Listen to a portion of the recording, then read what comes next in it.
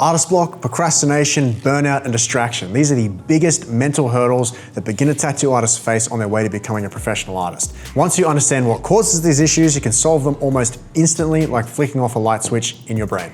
If you've just started learning how to tattoo, there are going to be 4 mental demons that you must absolutely overcome if you want to have any hope of becoming a professional tattoo artist. What's up? I'm Nathan from Tattooing 101. I've been in this industry for 12 years and taught over 8,000 students how to tattoo. If you like tattooing tips, tricks, and tutorials, make sure that you like and subscribe this video so you don't miss any of the new content we have coming out. The first mental hurdle is going to be artist block. This is when you have absolutely no idea what to draw and you find that your creativity is just getting less and less and less and less, and you can't think of ideas for your next piece. The reason this happens is simple. You've just run out of inspiration and you need to get inspired again. Now, the solution for this isn't to just hack through a bunch of designs that you hate doing until you come out of it. It's to look at other artists' work that inspire you and that you admire, and to some extent that you want to emulate with your own style. After you've taken a look at some more reference images and your brain has soaked up enough inspiration and information and ideas, then it gets easy to create again. When you combine that with proper planning, artist block is not a problem. If you want to produce the most amount of art physically possible, then I strongly recommend getting a Google Sheet. Plan out your week from Monday all the way through to Sunday with all of your reference images already picked out, as well as the motif that you're going to draw, so when that day comes around, you can just sit down, bang it out, and you're not aimlessly scrolling for hours on Pinterest wondering what you should draw. I cannot stress enough the importance of drawing inspiration from other artists' work and using reference images. Your brain can only work the information that it's got, and if you stop taking in new information and looking at other artists' work and drawing inspiration from outside sources, then you're just recycling the same ideas over and over and over again. When this happens, your artwork just looks repetitive and you're not growing anymore.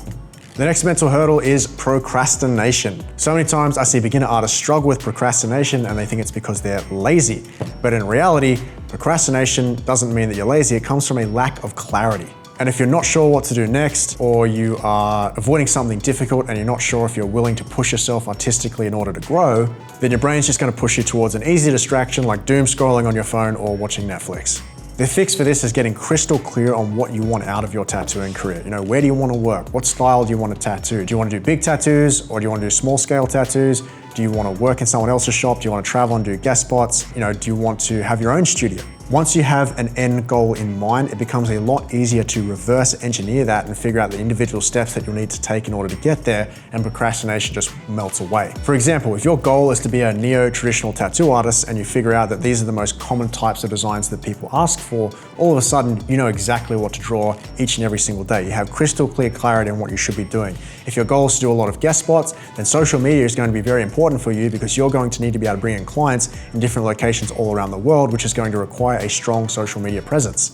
Once you know what you want, all you have to do is just reverse engineer the steps that it's going to take in order to get to that goal, and then all of a sudden the path becomes clear. The next biggest mental hurdle is burnout. Now that can happen one of 2 ways. The first one is where you try to replace consistency with intensity. Drawing or tattooing for 16 hours a day for a prolonged period of time is not sustainable. I don't care what hustle culture says. I know that because I've done it, and I've fried my nervous system and I've had to take a break. The more times that you do that, the more times you have to stop and start, the more that actually hinders your progress as opposed to helping you. All the getting ahead that you did by putting in those extra hours gets washed away when you have to take time off, because your central nervous system just gets fried and you can't pick up a pencil anymore. On top of that, the longer that you work and the more fatigued that you get, the quality of that work goes down. So if you're drawing or tattooing for 16 hours straight, the first hour of tattooing or drawing is going to be much higher quality than the last hour.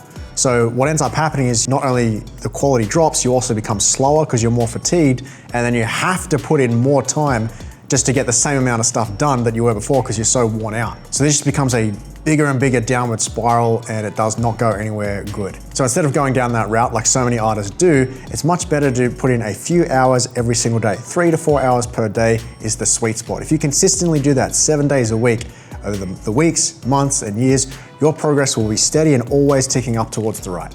The other way that burnout can occur, or most commonly within tattooing, is prolonged financial stress. Tattooing can be up and down, and if you don't understand how to do social media, regardless of how good you are as an artist, if you don't know how to get clients, you're not going to be able to pay your bills, and that will take a heavy mental toll on you over a long enough period of time. And this is why so many apprentices quit, because they can't do that, that 1 or 2 years without making any income. The solution for this is simple. You have to accept that when you're getting into tattooing, social media and promoting yourself is a part of the game as much as tattooing and the art is. From the day that you decide that you want to start tattooing, you need to be posting your journey on social media so that you can build relationships and trust with your audience. Because if you don't, you're going to be stuck struggling for years and years and years building up a clientele by word of mouth, and then be stuck in that one location, because if you go somewhere else and you don't understand how to get clients through online social media, then you have to build up your clientele all over again from somewhere new. The final mental hurdle is going to be distraction. A lot of beginner artists start to get distracted from their work when they feel like there's no point to what they're doing. Maybe they're posting their work on social media and they're not getting much engagement from it. Maybe they've reached out to a bunch of shops and they haven't got any, positive responses. Or maybe they created a design that they really wanted to tattoo and nobody wanted it.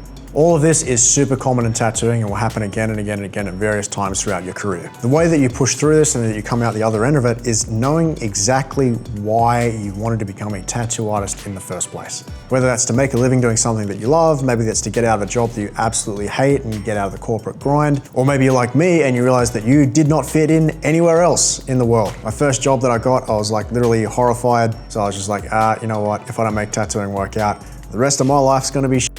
So I worked super hard to make that happen so that that did not happen to me. And through all that I incurred throughout my apprenticeship, that was the one thing that always kept me going. No matter how bad it gets, it's not as bad as what the outcome would be from me quitting. When you understand the big picture that you have in mind, all these hurdles that you're gonna come up against are gonna seem small in comparison. And you're not gonna feel as tempted to give up or get distracted. So those are the 4 biggest hurdles that you're gonna come up against while you're learning how to tattoo, at least from my experience. I'm curious to hear from you guys, like if there's anyone in particular that you guys are struggling with, pop them down in the comments. I read each and every single one of them and I'm happy to help you out. But before I bounce, just to recap, the cure for artist block is to get inspiration from other artists' work that you admire and that inspires you, and also by planning out your drawing a week in advance, okay? When you know exactly what you've got to do each and every single day, and you don't have to think about it and doom scroll on Pinterest looking for ideas, then it's going to make you a lot more productive. When it comes to procrastination, get super clear on the goal that you have in tattooing, what you want to get out of tattooing and your career in general, and then figure out what you're going to have to do in order to get there and reverse engineer that goal so that you know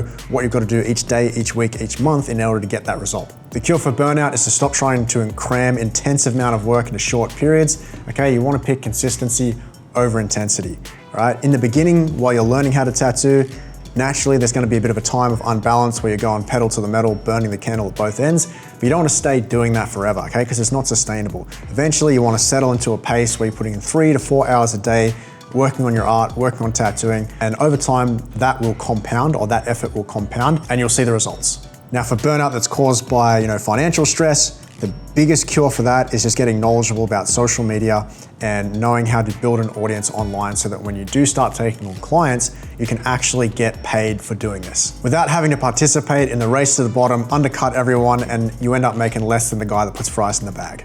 And the key to fixing distraction is to get hyper-focused on the reason why you want to tattoo, so that when you do come up against these hurdles, it's not going to knock you around, because the bigger picture or the goal that you're striving towards is bigger than any of the challenges that you're coming up against right now. Now, don't get me wrong, every one of you is going to come up against these hurdles at some point in your career, but the difference between the artists that make it through and the ones that quit is that the artists that make it, they don't wait around for motivation to strike. They build systems, habits, and they find a support network to lift them up.